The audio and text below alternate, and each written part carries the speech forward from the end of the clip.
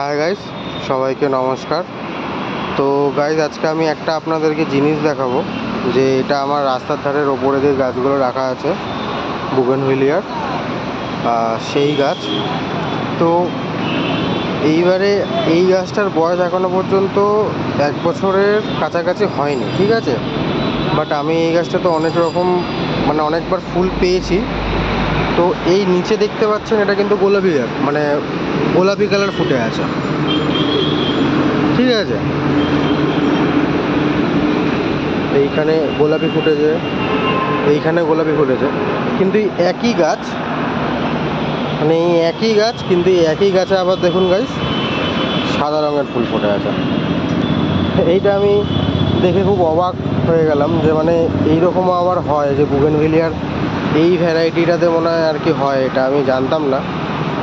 এই দেখুন, এখানে আবার এই ফুলগুলো যেমন সাদা হবে।